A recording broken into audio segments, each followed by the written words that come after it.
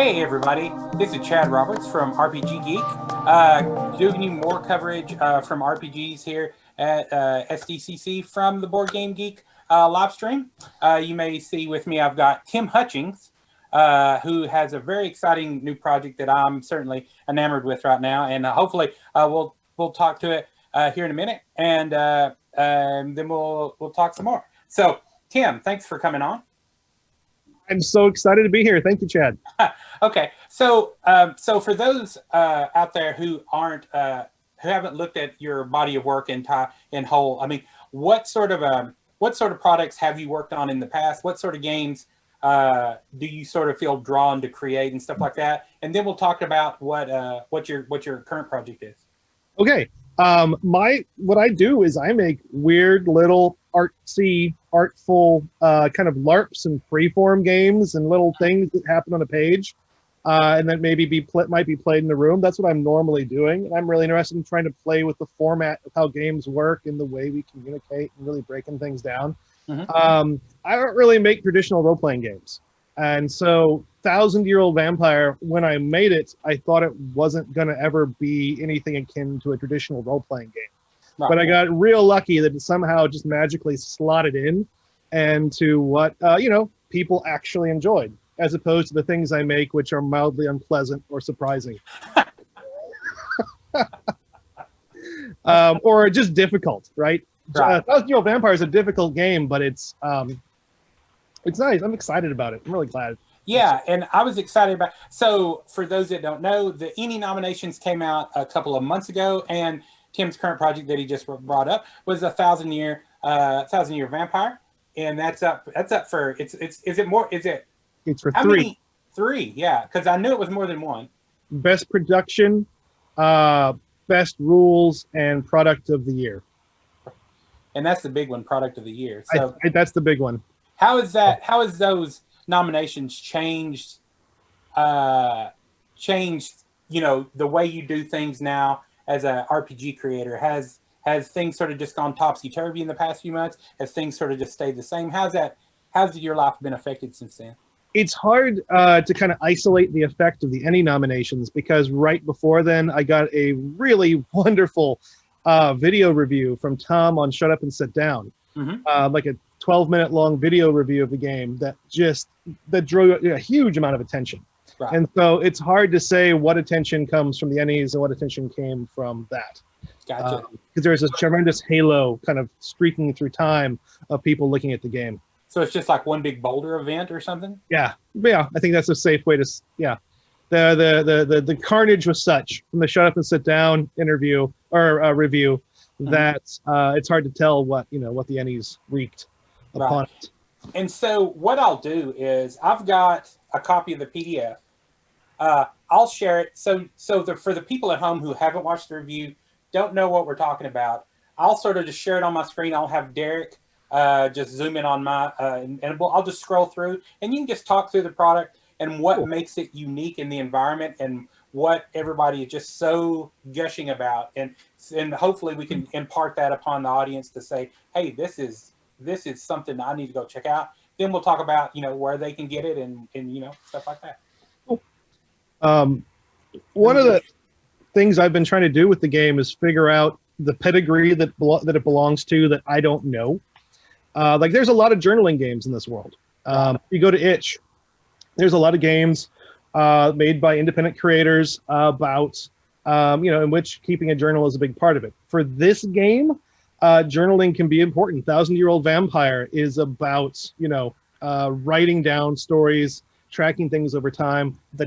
Your character will have a diary that is important mechanically within the game. But for me, and the way I play it, there's 2 ways you can play it. There's the short mode and the long journaling mode. And here, stop on that page there. Okay. The game is built around experiences, right? Every time you answer a prompt, a semi-random prompt, you have to generate a line of experience. Okay. And go ahead. I'm sorry, I didn't mean to. So in this game, you are playing a vampire. So it's Thousand-Year Vampire. You are the vampire, not going. Correct. You are a vampire. You're going to live maybe 1,000 years. Eventually, you will end. And over the time of this existence of being a vampire, you keep generating memories. And because your human-based brain is such that over hundreds, over centuries, you begin to forget things. And part of the real punch of this game is the idea that we have to forget things to learn new things, right? As the game progresses, I might have to choose to forget who my parents were. I may lose who my first love is, right? And so the game is built around memories. You answer these prompts and you write this one sentence random response that's an experience that uses the Burning Wheel role-playing game format. I'm a big Burning Wheel fan. And Burning Wheel is about beliefs, and these beliefs, you write a really sweet belief, it really rings, and I wanted to kind of emulate the belief kind of crispness with the way experiences work. And you have memory categories, you build experiences underneath them, but eventually you run out of room and have to start losing whole memories to make room for new things. Here's an example of an experience. There would be a prompt, and then you have to write an experience about what your vampire does. Colwyn and I construct an enclosed room in the back of our motorhome. At night, he does not see the moon, and during the day, I do not see the sun. That crystallizes one little moment of play, right? And makes it into a fact that's written down. And now this fact is a thing we get to play with. It becomes a kind of resource in the game. Maybe I'm going to forget who Colwyn is at some point, right? Maybe I need to keep coming back to this experience to expand on it. That's great, because you're going through, if I'm getting this right, you're basically, as you forget these things, you're sort of losing your humanity in sort of a transformational thing into the vampire or monster or whatever you want to call it. Well, you have new memories, right? Right. But because you originally start as a human, and those memories fall away over time. Right. And then you start to have more vampire-y things. Or maybe, as your vampire goes through centuries, they're going to move around the world. They're going to have various personas and facades, and maybe they'll come to think some of those are real. They'll forget things they used to be, right? It was a favorite one of mine in here. I adopt the life of a wandering tinker and come to find joy in this simple trade. In the shadow of the Bavarian Alps, I am known by the name Hubertus, and I'm hailed as a jolly fellow. And so again, it's about reinventing the vampire, reinventing themselves to blend in, and then forgetting who they really are. But this happens mechanically within the game, which is satisfying, as opposed to just being a writing exercise. Right. Yeah. So in this, you can totally take this on as it's basically played as a solo endeavor, right? Yep, you can. There are optional rules to make it multiplayer, and I've seen people make it into letter writing games and things, but it's a solo game. Play it alone in the dark. And maybe, I'm not because it's just it is a great game, but do you think because of our current global situation that it's sort of emphasized people to be more drawn towards the solo game? Have you seen anything of that nature, or is it just because it's a great game? What are your thoughts about that? I would never be the person to say it's a great game. I will say it's a great game. I will call you a liar, sir. The fact. I think that solo games are really useful, and now is a time when they are exceptionally so, right?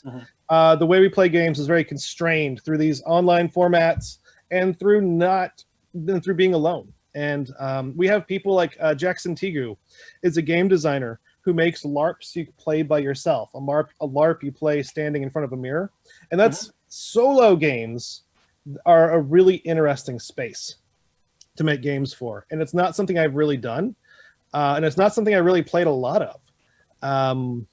And there's definitely like existing formats. Like there's a term, the Oracle, right? For people who make, the people use when they're making systems for solo games. How does the Oracle work in this? Well, it's a card and a die roll, right? And there's very standard ways this can be done. And I was pretty ignorant of all that when I made 1,000-Year-Old Vampire. Right. I'm dumb and solve problems in useless and novel ways. So one thing that because the actual there's the PDF version people can get now. There's a actual physical book. Yes. How much gameplay would you say, like, you play through it? How many times can you play through it? The replayability of this game over and over before you start getting to, you've heard the term samey, because it has a limited, only so much data you can get between the two covers. Like, have you started to see, like, maybe you get like 15 plays out of a book or something like that? Or I have played the game using the basic 70 prompts 24 times, and I only felt that little repetitive pang about one prompt in particular, because there's no, it's not like a choose your own adventure book. Right. Where everything is really scripted. These prompts here, scooch down the document. Okay. Let's see some prompts. The game is really wraps itself around whatever it is you're putting into it. It's stupid that I can enjoy this so many times. And my playtesters, again, it's a repeated play. But what this game does do is it's exhausting to play. It's really wearing and really dark, and really can be really grim. Things. You're talking from an emotional standpoint, or are you talking from like a mentally draining standpoint? Like from an emotional standpoint. Like, okay. The part of what I'm doing with this game is that the vampire does things you don't want it to do. It has its own mind, and then you have to reconcile that within the story. So here's an example. Look here on the right page, the page 2 there. These are an example of prompts. If you would roll a 10-sider and a 6-sider, you subtract the 6-sider from the 10-sider. So maybe I roll a 7 and a 2, so I go forward 5 prompts. I would then encounter the first prompt on that page. So if I landed on prompt 2, I'd read, oh, horrified at your new nature, you withdraw from society, where do you hide, blah, blah, blah. And then I answer that with both a one-line experience that becomes a part of a memory. And then if I want to, I can write a journal entry on it as well. I then would roll again, and again, because we're rolling and subtracting 2 dice, I might have a 0 or even a negative number, so I can go backwards through the book. And if we look on that right page, there's 3 prompts total. And so if we land on a page again, we encounter the next prompt, and then the next prompt. So by the 3rd prompt, some of these are pretty cataclysmic. Fundamentally, because you don't hit many third tier prompts, right? Some of them are like, oh, the heavens and the earth split open because of this thing you've done, and now angels and demons roam the land. It's like completely game rearranging some of them. But yeah, so these are examples of prompts, and it's pretty straightforward. And I left space in the book as a dare to people to play it in the book itself, which no one seems to have done, including me, to be fair. Yeah. Yeah. So it's cool. I'm excited about this. Another thing obviously outside the gameplay of this, I find that the art layout and just because I'm a nerd for aesthetics, like, was this just a solo endeavor? Did you do like all the art and the layout, or did you have people you work with? Because this book it's beautiful. I mean, it's just it evokes a lot of yeah. A lot. It immerses you. You play a lot of games a lot of times where it's like there's just not a lot of immersion. It's just words on a page. Where this one, you've got like the underlying images, and it's not just purely a black and white book. There's like color pages in this, and the cover and the bindings. Even the bindings itself was. If we can scroll back up to the cover, you go out and you look at the cover of the book. Like, it's got.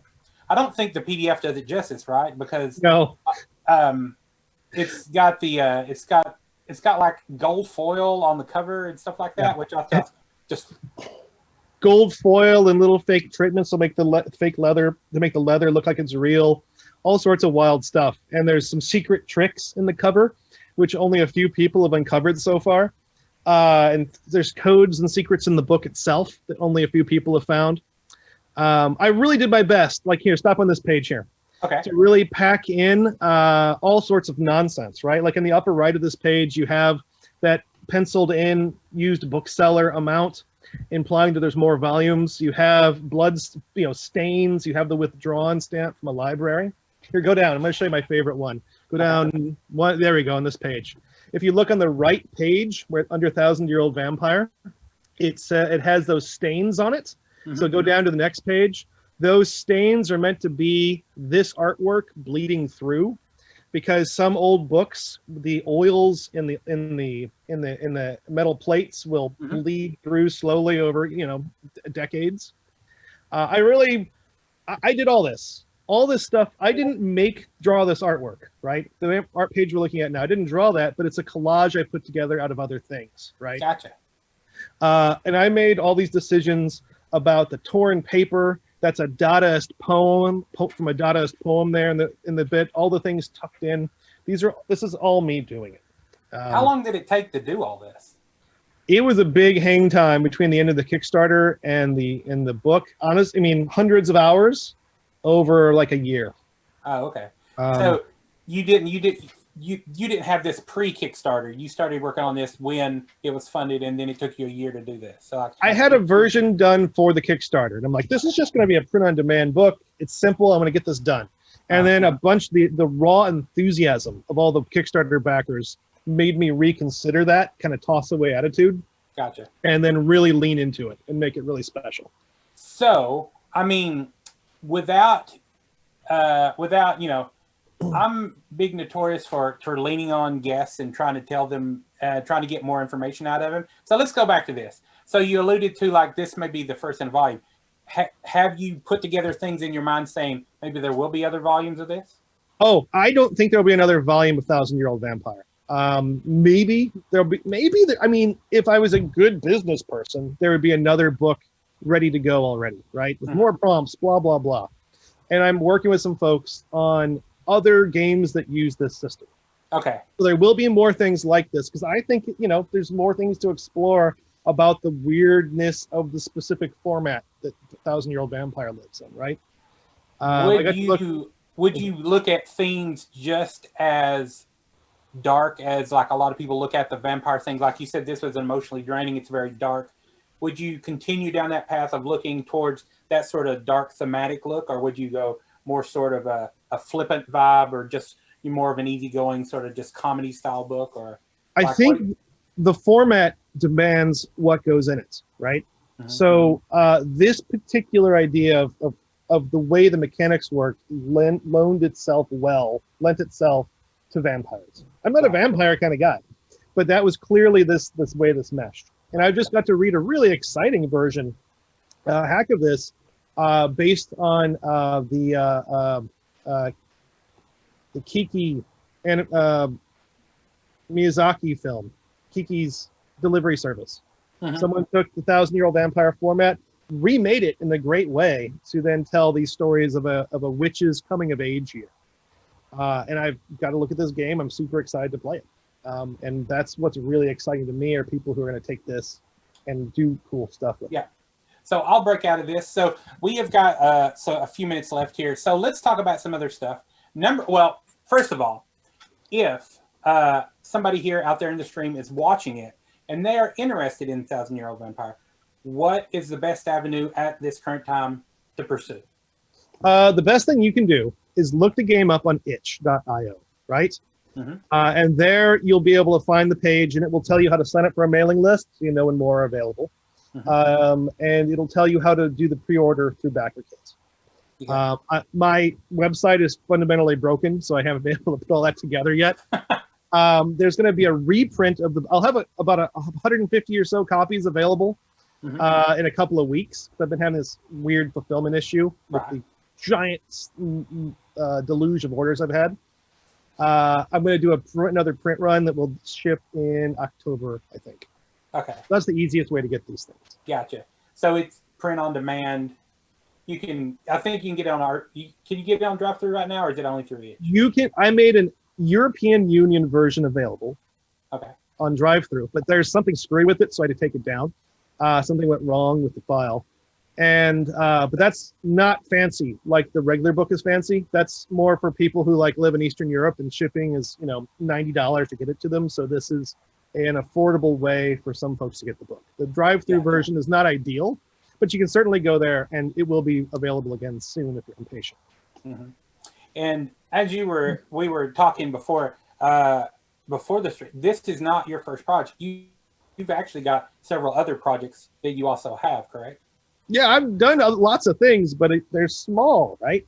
Most people aren't going to see them. Like, I'm excited by the Golden Cobra Award type games, which, games that are a couple of pages long. I have a game I've been working on called Exit Papers, which is all about forging passports. I have a game I'm going to kickstart soon called Apollo 47, which is a game about a role-playing game about being slightly bored on the moon. So I have things I'm excited about, and I'm really looking forward to Apollo 47. There's going to be a 1,700-page book you can buy to play the game that's optional. What? Yeah, I know, right?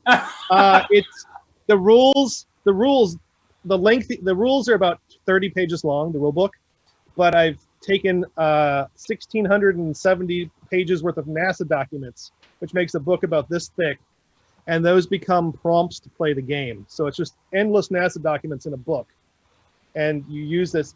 And again, the rules for the book can take up the actual game rules are 1 page, but then you can buy the novelty book that's 1,700 pages long. I wish I had a copy here. When did you say that would be up? I was actually going to launch it next week, except that this stupid delay with Black Box stained my conscience so that I didn't think I could launch it yet. Gotcha. If you go and sign up, there's a mailing list on my 1,000-year-old vampire my itch page, my 1,000-year-old vampire itch page. There's a link for a mailing list there. Go and sign up there if you want to get the heads up for the Apollo 40. Perfect.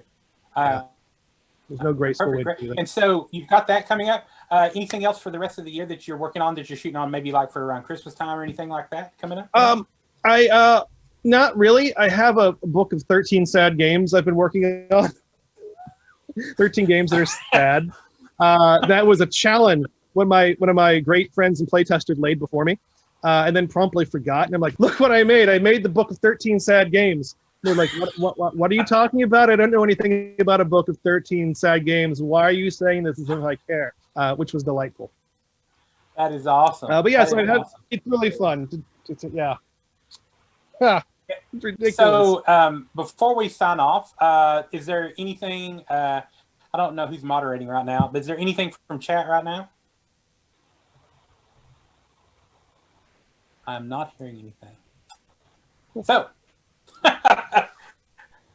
oh, what was this? Hold on. Okay, cool. It's very quiet in chat right now, so they're just watching. Wrapping up, Tim, like I said, next year, or maybe not next year, the year after that, the next time we have a face-to-face Gen Con, I am going to ask you to come and we'll sit down and just take a look at some projects that you're working on, and hopefully we'll do a format better, just video calls. So, cool. I love it. I'm so excited. Yep. Okay. So for everybody, from Tim, thank you for coming on. Once again, this is Chad Roberts from RPGGeek, broadcasting during San Diego Virtual Comic Con 2020. Thanks. Have a great day. Bye-bye.